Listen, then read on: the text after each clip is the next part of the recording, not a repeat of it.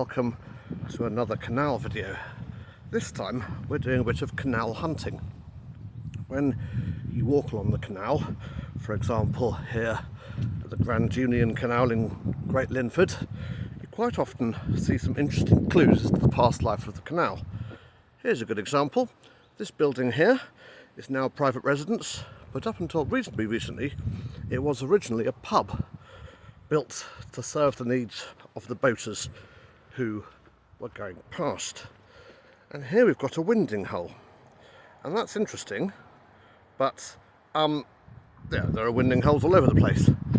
One thing you might not know is that just the other side of that bridge there is a second winding hole, and it's worth asking the question, why would you build two winding holes right next to each other? And the answer is that you wouldn't. This was not a winding hole originally. It was the basin at the entrance to the Newport Pagnell Canal. There's a little plaque about it here. The Newport Pagnell Canal started at this point here, where you can see this change of towpath surface, and there was originally a channel running in here and a bridge going over the entrance. I'll see if I can find an old photograph and put it up now. Okay, so the canal originally went through the front garden of, again, an old canal house, an old wharf building. So the canal comes down through this front garden and it went out towards Newport Pagnell with, I think, 7 locks dropping down 50 odd feet. And there's very, very little of it left. But what there is left is worth going and taking a look, or at least I think it is. So here's our first piece of evidence, an actual wharf building placed at 90 degrees to the current canal. So therefore there must be something along here. Now we're going to cross over the line of the canal here, so we're now standing in the canal. And if we have a look at this, now a private house, we can see this is a wharf building, and where this gravel is was the site of the first lock down. Okay, let's go and see what other clues we can find. And once we've finished doing a bit of canal hunting at this end, I'll tell you a little bit about the history of the canal and why it is what it is.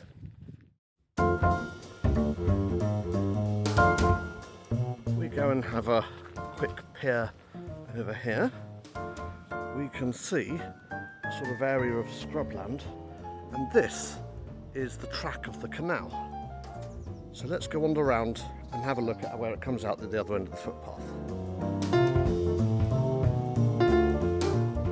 And emerging out of the footpath, we can clearly see where the canal went. Here it is. Only about half of the bed is left, so I'm currently walking on the towpath, and if I go down here and stand in the canal, this is me roughly in the centre of the canal, so we've got half of a canal profile left. We can follow the track of the canal down to Bolter's Lock, which is the second lock on this canal, obviously long since gone. But what you can see ahead of us is a children's playground, and that's sitting bang on the line, or on the spot of the second lock. Let's go and take a closer look.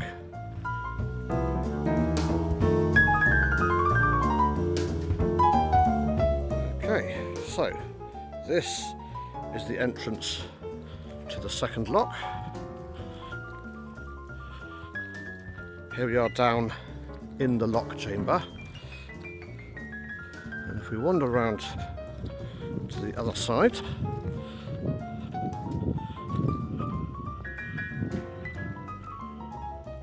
we can see that we emerge slightly below. We're actually standing above the level of the canal now. But if I wander down the bank, we'll see we're actually standing slightly below the previous level of the canal. And the canal follows, it's completely obliterated now, but it follows more or less to the right of this road here.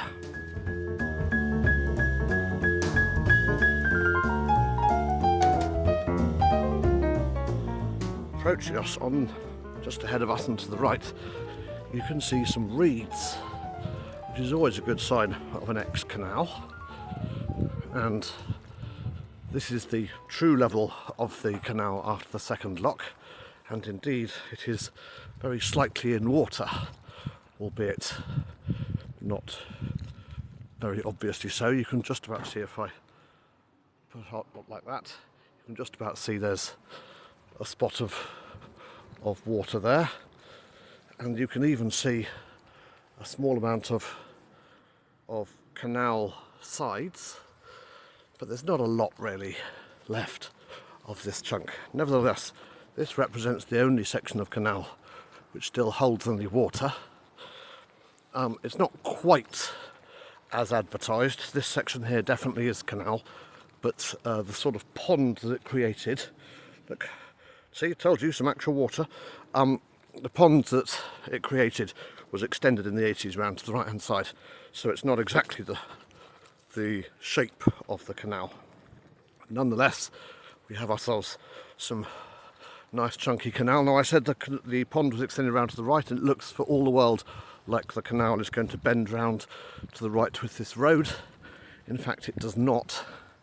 It comes out underneath where this drain is, and it follows down the line of Horton Gate. Actually, it follows more or less under where these houses are. So, it's around about now that we should probably start talking about what this canal is, when it was built, its history, and why it is not here anymore. So, I'm going to drive a little bit further down the canal, and then we'll do some more walking and some more talking. Alright then, let's walk along the line of the canal. This is it, now a footpath. And it's time for a little bit of canal history. You see, at the time when the Grand Union Canal was built, in the 1780s through to the 1800s, Milton Keynes did not exist. Or rather, it did exist, but it was a tiny little village in the middle of absolutely nowhere. The big town in the area was Newport, Pagnell. And the Newport Pagnelltonians were getting rather cross at the cost of coal and other raw materials because carrying them by road was fabulously expensive, and people just up the road in Northampton were paying less than half of the cost for their coal and their raw materials than they were.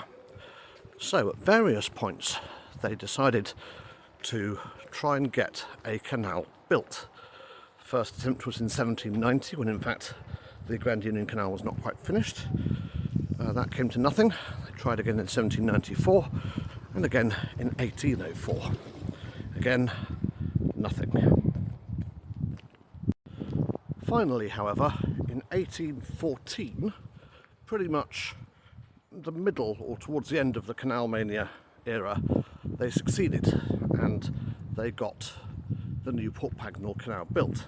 It's only 1.5 miles long, and it runs from Great Linford, the little village where we were a couple of minutes ago, and it runs all the way down to Newport Pagnell, which was the big local town.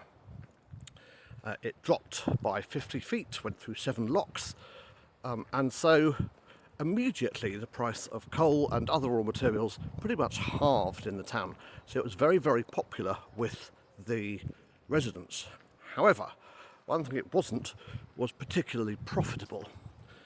It was also spectacularly badly timed, because it opened in 1814, and 22 years later, in 1836, the London and Birmingham Railway Company decided they wanted a place halfway along the line to build an enormous railway depot, and they chose a tiny little village called Wolverton, which is about 2 miles away from Newport Pagnell.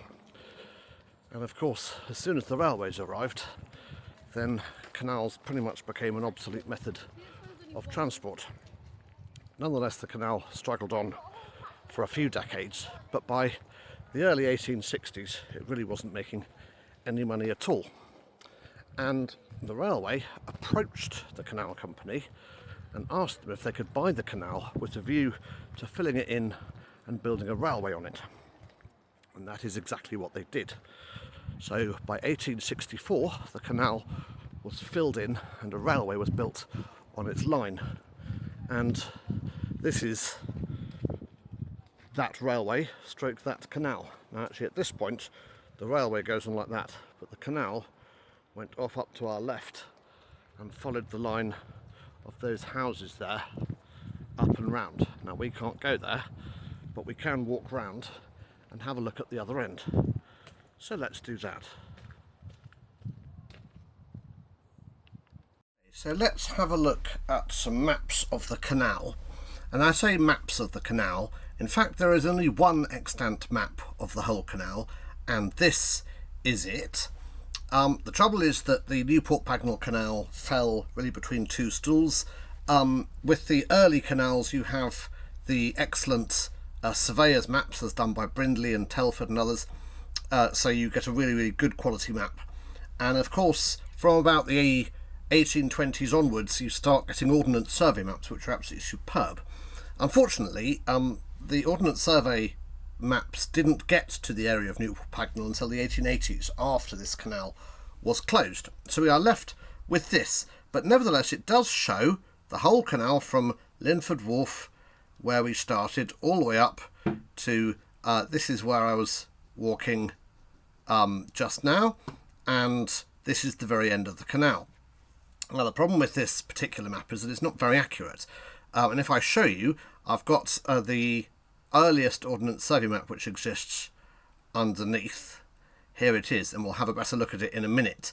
But if you have a look down here at this line of the canal here, then you can see that in fact the canal isn't really where it should be, and that's because these maps were really only for getting around, they weren't for being particularly accurate. And unfortunately that issue affects the end of the canal as well. So let's have a look at a really accurate map of after the canal was closed. Here is the canal leaving. This is where we started the video. This bit, which I went and stood at the dip, was still in water in the 1880s, and then the canal went up and round. And now what I'm going to do now is I'm going to swap to this version where I have got it in transparency with the modern map. So let's go and have a proper look. We started here and walked up here to the wharf, and then we walked along to there's a playground there, and then we walked along to the pond. Now if we look at the canal, you can see that the pond, the lock is no longer there but is where the playground is, and the pond bends off round to the right and the canal actually goes straight through it. So let's go and have a look, and we'll walk all the way down the length of the railway, and this is more or less where we came in.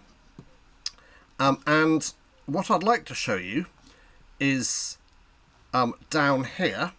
This is Old Shipley Wharf, so the railway comes scootling around like this, and I'd like to pay particular attention to these two buildings here at the end of the railway, because there in fact is one more actually accurate map of at least a little bit of the canal, and it is this one.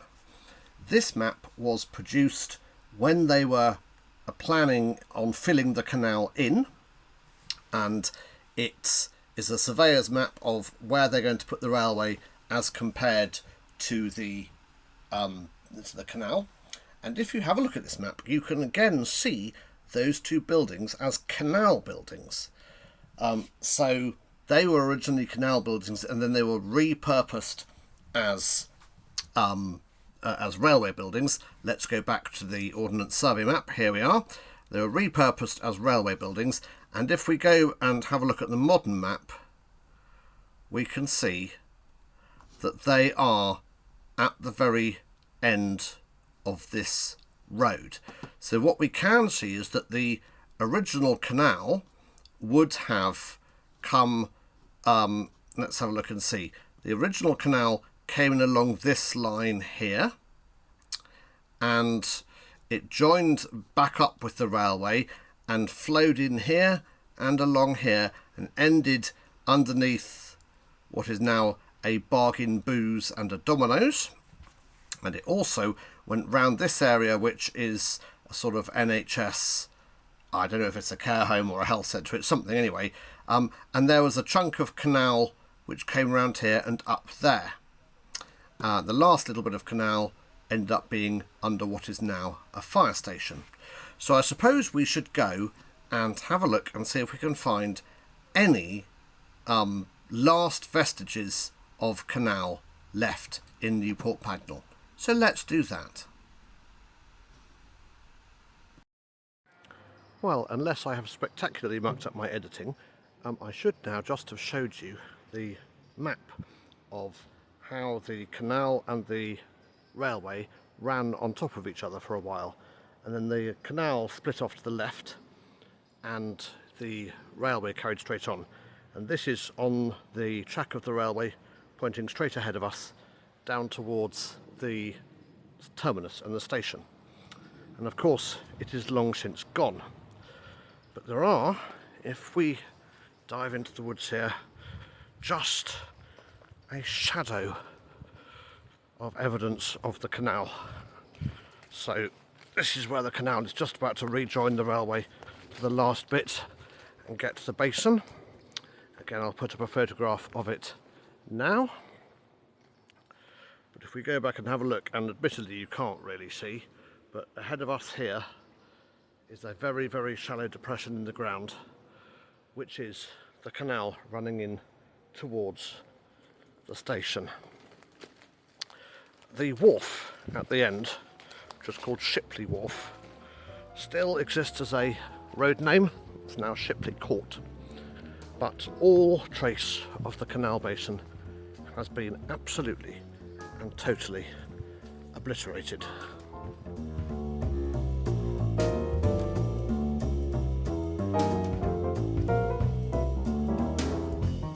Now, did I say all trace?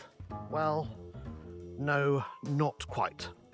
It was obliterated, but when the railway was disused in the 60s, the whole area just sat unused and unloved until in the 80s the railway station and the railway line were clobbered and a not particularly lovely building was built in its stead.